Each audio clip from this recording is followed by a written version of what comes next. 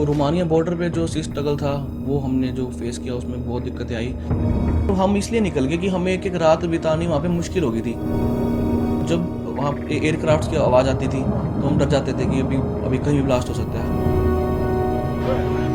युद्ध यूक्रेन और रूस के बीच हो रहा है, लेकिन मौत का खौफ उन सभी लोगों के जहन में पनप रहा है जो इस वक्त यूक्रेन के अलग अलग हिस्सों में फंसे हुए हैं। वहीं मौत के मुंह से निकलकर वापस लौटे छात्र भी उन दहशत भरे लम्हों को भुला नहीं पा रहे हैं जो उन्होंने युद्ध के दौरान यूक्रेन में गुजारे। सिरसा का रहने वाला अरमान भी उन्हीं युवाओं में शामिल है जो मौत को मात देकर वापस अपने देश लौटा है।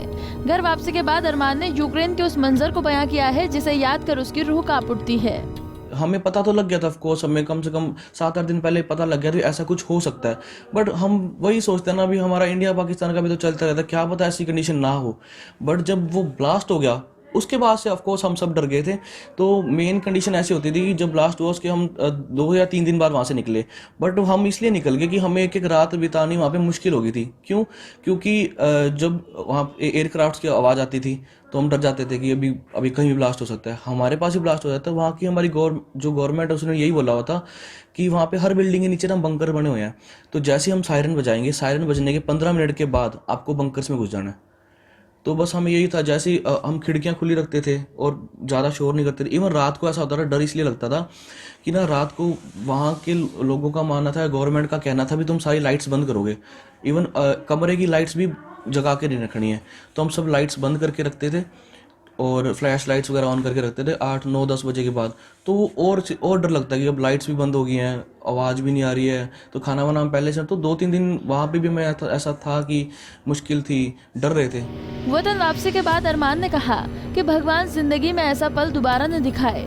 अरमान यूक्रेन के इनावो फ्रैंक्विंस्क शहर में MBBS की पढ़ाई करने गया हुआ था। अरमान ने बताया कि घर वापस लौटने के लिए सबसे ज्यादा दिक्कत उन्हें रोमानिया बॉर्डर पर आई, लेकिन रोमानिया के लोगों ने उन्हें बहुत मदद की। वही पर्सनल टैक्सी करी और बस हम मोस्टली जल्दी से जल्दी रोमानिया बॉर्डर पे गए। पर रोमानिया बॉर्डर में ये था कि वहाँ पे स्ट्रगल काफ़ी ज़्यादा था, क्योंकि स्टूडेंट्स बहुत ज़्यादा थे, बच्चे बहुत ज़्यादा थे। सिर्फ हमारी यूनिवर्सिटी से नहीं, दूसरी यूनिवर्सिटियों के बच्चे भी बहुत ज़्यादा गए हुए थे।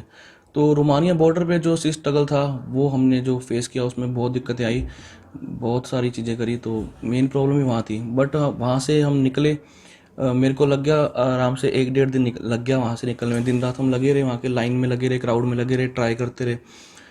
मेरे इवन सारे फ्रेंड्स भी मेरे से पीछे छूट गए थे, क्योंकि वहाँ पे ऐसी कंडीशन आ गई थी कि बॉस अगर निकलना है आप अपने फ्रेंड्स के साथ जा ही नहीं सकते हो। जो निकल गया वो निकल गया, जो रह गया वो रह गया। तो हमने भी ये था भी निकल गए तो निकल। मेरे कुछ फ्रेंड्स पहले निकल गए थे, मैं जैसे बाद में निकला। तो हम 1-1.5 दिन में निकल गया मैं वहाँ से ईजिली, नॉट ईजिली, काफ़ी दिक्कत है, पर मैं फिर भी मैं मेरे दोस्तों के कंपेयर में मैं ईजिली निकल गया वहाँ से।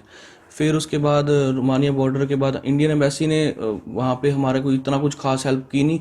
वहाँ के लोग थे, उन्होंने हमें खाने में, पीने में, रुकने में, रोमानिया पीपल्स के लिए मैं सैल्यूट है, उन्होंने बहुत हमारी हेल्प करी, सब कुछ उन्होंने बहुत अच्छे से किया। अरमान ने बताया कि उन्हें अंदेशा था कि दोनों देशों में तनाव की स्थिति है, लेकिन हालात इतने बिगड़ जाएंगे उन्होंने ऐसा नहीं सोचा था। खैर, अब अरमान घर पहुंचकर काफी खुश हैं और अब वो खुद को भारत में सुरक्षित महसूस कर रहा है।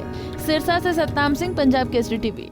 हमसे जुड़े रहने के लिए हमारे YouTube चैनल को सब्सक्राइब करें और नई वीडियो की नोटिफिकेशन के लिए बेल आइकॉन को दबाएं। अगर आप ये वीडियो Facebook पर देख रहे हैं तो लाइक जरूर करें और ज्यादा से ज्यादा शेयर करें। धन्यवाद।